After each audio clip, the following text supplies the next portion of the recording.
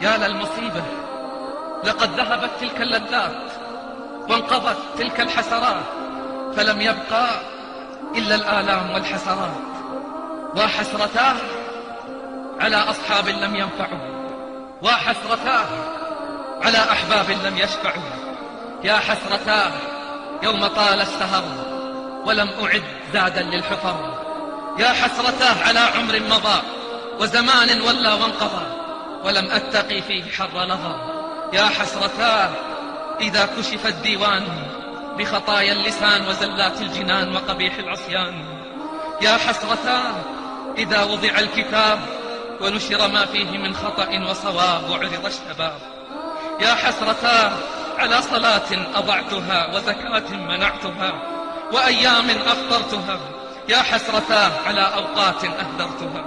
يا حسرتاه على ذنوب ارتكبتها وفواحش اقترفتها.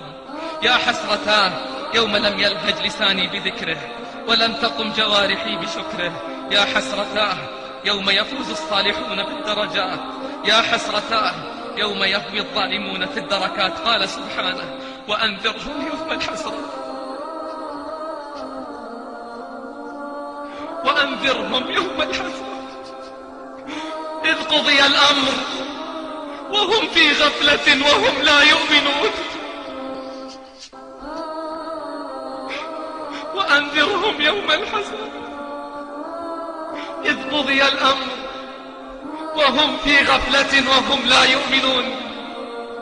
إنا نحن نرث الأرض ومن عليها وإلينا يرجعون.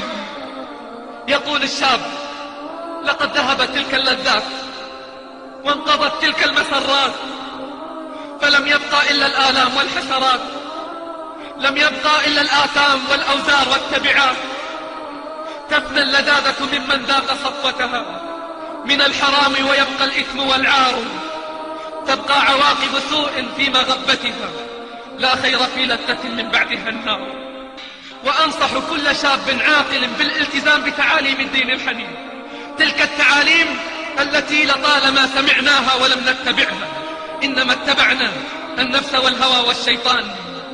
وقد خاب من أتبع نفسه هواها وتمنى على الله الأماني. أقول لإخواني الشباب: احذروا المخدرات والفواحش والمنكرات فإنها الهلاك الماحق. احذروا من رفقة السوء فإنهم جنود إبليس اللعين. يقول: أستودعكم الله الذي لا تضيع ودائعه، فلعلكم تقرؤون كلماتي هذه وأنا تحت التراب.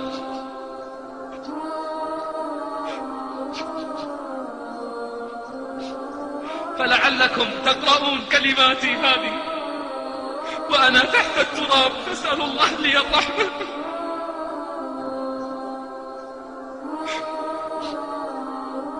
لعلكم تقرؤون كلماتي وأنا تحت التراب. قد فارقت الروح الجسد وصعدت الروح إلى باريها، فاللهم يا من وسعت رحمته كل شيء،